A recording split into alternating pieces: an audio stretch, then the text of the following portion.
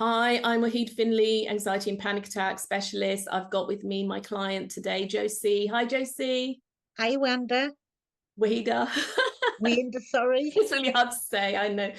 So so you came to see me. When did you come to see me? Beginning of August. Oh, 6th of August. So not long now. So it's October now. We've done the 6-week anxiety gamma brain reset methods. Josie has been 90% agoraphobic for 40 years, over 40 years. Yeah. So you had a very limited bit. You could go out, excuse me. You could go out on you've got a mobility scooter and you can go out a tiny little circumference around your home all of these years. And you've got a daughter and who's an adult and left now, and you had a husband and he used to go everywhere with you. So this agoraphobia meant that you could only go with him a little bit to this shop, a little bit to that shop. Is that what it was like? Yeah, very much so. Really 40. restricted. Yeah. Really restricted. But you came to see me this year because, unfortunately, very sadly, he passed away in June. And then you felt you couldn't go out at all. I Yeah, what couldn't. I couldn't even go to my own dustbin. Couldn't step over the doorstep. I needed something. I needed to reinvent myself to make a new life for me because I didn't have the support no more. So you were frightened to go out. You were getting actual panic attacks. Do you want to describe some of the physical symptoms you were having when you came to see me that were non-stop? You couldn't shut them down, could you? I couldn't close them down. I felt sick. I was dizzy. I couldn't breathe. I felt like I was going to pass out all the time. I was frightened of dying. And that's what I thought I was really going to happen. I had constant chest pain, constant headache. And it was It all was, day, and it felt like every time you tried. What happened if you attempted to leave the house then in your scooter? oh my goodness, I couldn't even get through the door. I would be full of tears. I would be shaky. I would be really trembling all the way inside and out. Um, Everything would be out of focus. Yeah. I was really frightened, really frightened. Yeah. So the fact is, when someone passes away, there's going to be a natural grief process, and we're not allowed to treat anyone like, not really. It's going to help you for grief if it's just happened, because there's a natural process. You're going to grieve, you're going to be sad, you're going to be heartbroken. No amount of therapy is going to change that, and it could take several years for you to do the grief cycle and things like that.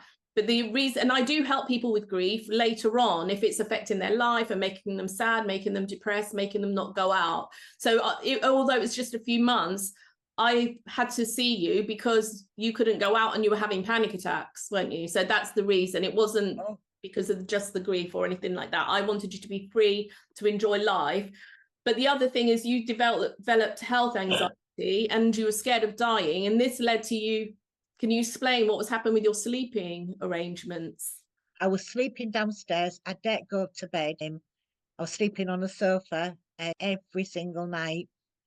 I wasn't sleeping as such. I was just laid there watching the TV. You were frightened to sleep because why wouldn't you go up to bed? I was frightened to go upstairs by myself. I've never lived by myself before. So I was frightened of actually turning the lights out and climbing into bed. I couldn't do that. Mm-hmm. So I just laid along the sofa every single night since losing Gray. Yeah. So that was my first task. I said, no, I need you to get back in your own bed, didn't I? He did. I think we did it quite quickly. How soon did you go back to bed? Is it 2 weeks or 1 week, or can't remember now? Just over a week. I was amazed. I could go and climb in my own bed. I could go to sleep, waking up feeling absolutely fine. No anxiety, no panic. So we've done the 6-week program, and obviously we let go of it in stages. And I say, go here. I want you to go around the corner. I want you to go to the shop. We'll take your daughter if she comes round, and wait for them to take you out or whatever it was. You've got a mobility scooter, but we want you to go in public transport. We want you to be able to go on a bus on your own. And these were your goals, right? To get on a bus with a scooter or get a taxi or Uber. So we've done the therapy. We've done it in stages. You've gone out testing it. You've done loads of wonderful things. Do you want to tell me how it feels now and what you've been doing? You've been doing loads of exciting things. I've been to the city centre, which is approximately 6-7 miles away from me. went into the shopping centre and did shopping. Then I've been to Asda Living, but my granddaughter's new pajamas stayed in there for over 3/4 of an hour. Yeah. So as there's a big store, supermarket with clothes and things, if people in another country, they don't know what that is. So it's a big, big place, isn't it? And then you stayed there looking around. Okay. You went to a fun fair or something as well? I went to the fair with my granddaughter, stayed there for 3 hours. That's a long time. Yeah, just absolutely enjoyed it. It's the first time I've been to the fair in over 15 years. Went on a couple of rides with her. We had something to eat. It was, oh my God, it was unbelievable. Never thought in a million years I'd do it. So when you go out and about on these things, so even after the second time you started going out, you went to the corner shop or you went around the block and you came back, and then the next time I said, no, I want you to go further, you went to the shopping centre and things like that, and you wanted to go and see friends. So what, were you actually frightened, and am I forcing you? Were you running home? What was going on when you did these things? I kept waiting for the panic attack to happen. I kept waiting for it to come, and it never did. You thought it would come, did you? I did, yeah. And I would go and I think, well, why am I having a panic attack? Why am I feeling normal? Why can I go to shop and not feel anxious? And even now, I can't get my head that panic attack isn't going to happen. You know, I keep thinking, oh my God, this is unbelievable. I can't believe I'm not having no panic, no anxiety. But you've had it 40 years, right? You've had panic attacks 40 years because you've had loads of traumas in your life, which we cleared. I had to do a life cleanup to clear all the 40 years of things that have happened. And then we cleared the most recent death that was making you scared to go to bed and scared of dying, wasn't it? Scared of dying was another one, and scared of medication. There was all sorts of, oh my God, body health things, wasn't it? I think. So do you do that now? You're not scared of those things? No, I'm not scared of those things anymore. I can take my medication. I can go to bed. I can go out. All the things I never dreamt I could be able to do. And I can. So we've had 5 sessions together. Today is your 6th one. We're about to do our 6th one, and you don't need it for anxiety, you said. We're going to do it for what we do? Oh, no smoking. Stopping smoking. We're going to do stop smoking instead, because you don't need to, you feel good about anxiety, you're fine. So that's the bonus, isn't it? We've done the whole program, and then you're going to use your last one in a healthy way to do this, so you can get healthier and stuff like that. So overall now you feel confident to do everything, go everywhere. Oh, I do. You're seeing friends or going to places where other people are. You're not locking yourself away in your home. Not locking myself away at all. I've been out for a few meals with friends to the local pub, which is approximately 20 minutes, 25 minutes away from me. Like I said, going shopping, being able to go in a shop and actually look around and not just rushing in and getting what I need and coming straight out. Yeah. So these things going out, so people think it's exposure therapy and I'm forcing you to do things in a frightening way. We clear the fear first, and then you feel you're able to do it. So, I wanted to ask you as well, because obviously you've had a load of therapy in the 40 years.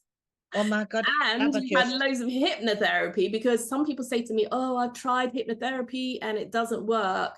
And I would say, well, every hypnotherapist is different. We all do different things. And in my videos, I say most of them relax you and take you on tinkly journeys, but they're not actually dealing with your trauma and your causes and things like that.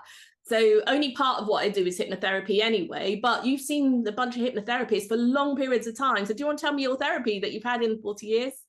Right, I tried one. I had over 20 sessions with her.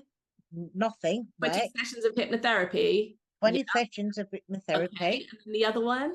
Then I tried another one, and that was 15 sessions. Again, nothing worked. 15 weeks, like an hour each. An hour each session. Okay. I saw a behaviour therapist again. Like CBT, yeah, nothing worked. That like 12-week program, was it? Oh God, no, it was a lot longer than what that we under. It went on for weeks. And then I had talking therapy. Again, nothing. This is the only thing that's worked for me. Perfect. So this has made you go out, though. The others haven't been able to get you out. No, not at all. He said he took you on a little journey, and in your mind, a little scenery, and then he said you're cured, and then went and said bye-bye. Is that what you did? That's right. Yeah. It was someone famous as well. Let's just say that. Someone famous on the paper that said he'll cure you in one session, and then cure me in one session. And he said, went, oh, it's "Off you okay, go." but you're better now. You can go out, you can do all these things. I can, and that's all thanks to you. So to anyone that doubts it or thinks hypnotherapy is a load of rubbish, what would you say? Although only we did a bit of hypnotherapy, the rest is other things. But what would you say about working on my program, which is different to things that you've done? I would do it every single day, every day. It's absolutely fantastic, and it's worked for me. Great. Thank you very much, Josie. Thank you.